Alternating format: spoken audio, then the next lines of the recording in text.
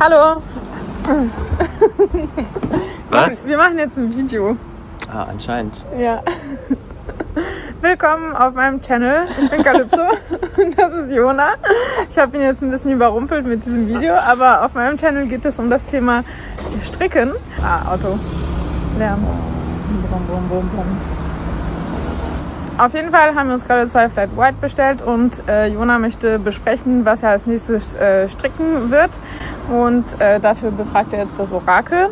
Und auf meinem Thema geht es, wie gesagt, um das Thema Stricken, aber auch um Reisen, denn auf meinen Reisen suche ich gerne neue Inspirationen für neue Projekte. Willkommen auf meinem mehrsprachigen Channel Stricken mit Calypso. Mein Name ist Calypso Sitlali, ich bringe dir meine Passion, das Stricken näher und wünsche mir, dass du deine kreative Stimme beim Stricken findest. Komm auf meine wunderbaren Reisen mit und lass dich von mehreren Kulturen und Orten inspirieren. Entfalte deine Kreativität mit mir und entwickle dich zu einer extraordinären Strickerin. Auf geht's! Du findest meine Designs auf meiner Website. Außerdem wird auf meinem Channel auch Wolle gesponnen. Lass mir ein Abo da und stelle deine Fragen in den Kommentaren.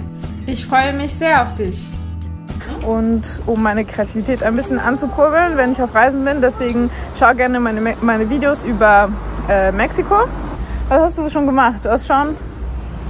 Also ich habe schon fünf Projekte fertig gestrickt. Ja. Ich habe gestern nachgeguckt.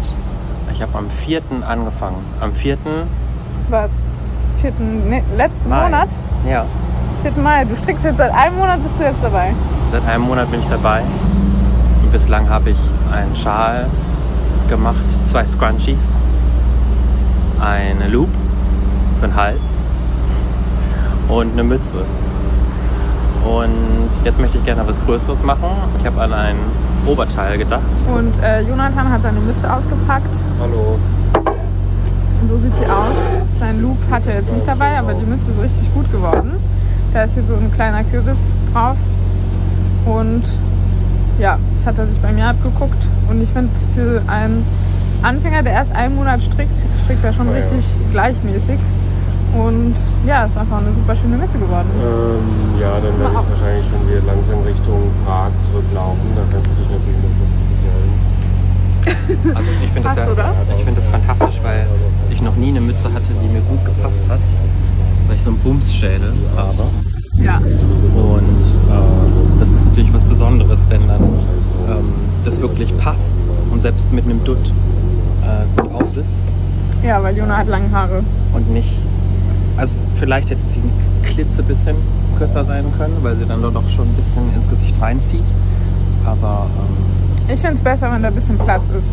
Weil er wollte das gleich wieder alles aufziehen und ich habe gesagt, lass es so, die ist perfekt. Okay, war ja auch sehr Und der hat auf mich gehört. Okay. genau. Es sind natürlich ein paar Fehler drin, aber insgesamt bin ich sehr stolz auf das Resultat. Genau, und wir müssen euch ein nächstes Mal noch die anderen Projekte zeigen. Also diese Jacke. Sind das Fehler oder sind das, ist das ein Muster? Nein, das sind keine Fehler. Er hat gerade die Doppelmaschen von den verkürzten Reihen hier bemerkt. Und die sieht man manchmal so ganz minimal. Mit scharfen Augen sieht man die auf jeden Fall. Damit die Schultern so schräg sind und besser sitzen. Genau, das lernst du auch noch, verkürzte Reihen zu machen. Ja, und Jona möchte jetzt sein nächstes Projekt anfangen für den Sommer. Weil Accessoires hast du jetzt gemeistert mit Bravour. Wirklich, Hut ab. Ich bin super beeindruckt. Autodidakt, ich habe nur so ein bisschen assistiert. Den ersten Italien Cast-On gemacht? Habe ich gemacht, ja. Aber sonst hat er alles selber gemacht. Ich habe ihm nur Videos geschickt, mach so, mach das. Und ihm gesagt, wie. Und dann hat er selber gemacht. Aber ja, was kommt als nächstes? Als nächstes kommt ein Oberteil. Ich habe gedacht, ein Pulli oder ein Tanktop. Aber Pulli ist vielleicht nicht die richtige Zeit dafür. Und Tanktop hätte ich noch die Möglichkeit, das im Sommer zu tragen. Deswegen denke ich, eine gute Grundlage wäre das Margarita. Margarita Top. Ich füge euch ein Foto ein von dem Margarita Top. Das ist ein Design von mir. Und Jona hat Design gefallen. Ich glaube, das kannst du echt gut machen. Vielleicht strickst du einfach die größte Größe und dann passen wir das ein bisschen an für Männerkörper, weil du bist ja auch groß und stark. Deswegen müssen wir das ein bisschen anpassen. Wird auf jeden Fall viel Strickarbeit, aber ja. Also im kleinen Körper muss man natürlich weniger stricken, weil im großen Körper muss man halt mehr stricken. Ne? Mal gucken, ob es noch im Sommer machbar ist. Aber ich bin guter Dinge. Und ich möchte neue Muster auch ausprobieren. Ja, im Margarita-Top sind ist so Lochmuster auf der Seite. Und genau. Und wenn du das im Sommer nicht schaffst, kannst du das trotzdem im Winter einfach als Unterhemd tragen. Genau, oder nächstes Jahr. Dann habe ich was, auf das ich mich freuen kann. Ja. Und genau, jetzt brauche ich eigentlich nur noch Wolle. Ja. Da habe ich natürlich keine Ahnung. Ich möchte was Lockeres für den Sommer, also atmungsaktiv, nicht zu heiß. Ja, es sollte dann eine Mischung sein, wahrscheinlich zwischen Wolle und einer pflanzlichen Faser. Vielleicht Wolle und Leinen finde ich immer super angenehm, weil da kann ich gut Fahrrad fahren und schwitzen und ich fühle mich trotzdem nicht nass. Und genau, und dann muss man das auch nicht so oft waschen, weil Wolle sich ja selbst reinigt und dann riecht das trotzdem neutral. Also, genau, haben wir da schon irgendwelche Marken im Kopf oder du? Weil ich habe mir da keine Gedanken gemacht. Aber vielleicht schaut auf lieblingsgarn.de vorbei. Wenn du in der Infobox über den Link auf Lieblingsgarn einkaufst, dann kannst du mich ein bisschen unterstützen. Das ist auf jeden Fall ein guter Tipp und da gibt es eine große Auswahl. Und ich glaube, da wollten wir so ein bisschen surfen und schauen, ob wir ein passendes Garn für dein nächstes Strickprojekt finden. Ach so, die Farbe von seiner Firma ist lila und Jonathan steht total auf lila. Wahrscheinlich wird es top, also so lila. Als wir dieses Wolle aber niemals auf der Arbeit tragen. Doch, natürlich. Du gehst doch super bunt in meinem Und dieses Garn ist übrigens von Derirum Natura. Und das Garn, wie hieß es nochmal? Ich habe es leider vergessen. Wir standen da bei, wie heißt es? Janova Berlin. Übrigens von Janova Berlin gibt es ein Interview auf meinem Channel, weil ich habe eine Tour gemacht durch die Wollgeschäfte in Berlin. Und da könnt ihr euch das Video anschauen, Tour durch die Wollgeschäfte in Berlin. Und da gibt es ein Interview in Janova Berlin. Und dieses Interview-Video hat übrigens auch Jona motiviert zum Stricken, mit Stricken anzufangen. Und da hat er auf jeden Fall dieses Garn sich angeguckt und hat alle Farben angefasst und nicht das Lila. Und ich war so, hä? Warum nimmst du nicht lila? Man sieht doch voll, dass du auf lila stehst und dass es so eine deiner Lieblingsfarben ist. Und dann lila Lavendel. Wird vielleicht das Sommertop lila dann. Das ist doch schon mal eine gute Spur. Ja, eher so ein Lavendel, ne? Ein bisschen heller. Ein bisschen heller, mehr, okay. Ja. Mehr so. Nicht so super strong. Nicht so mega knallig, okay. Mhm. Gut.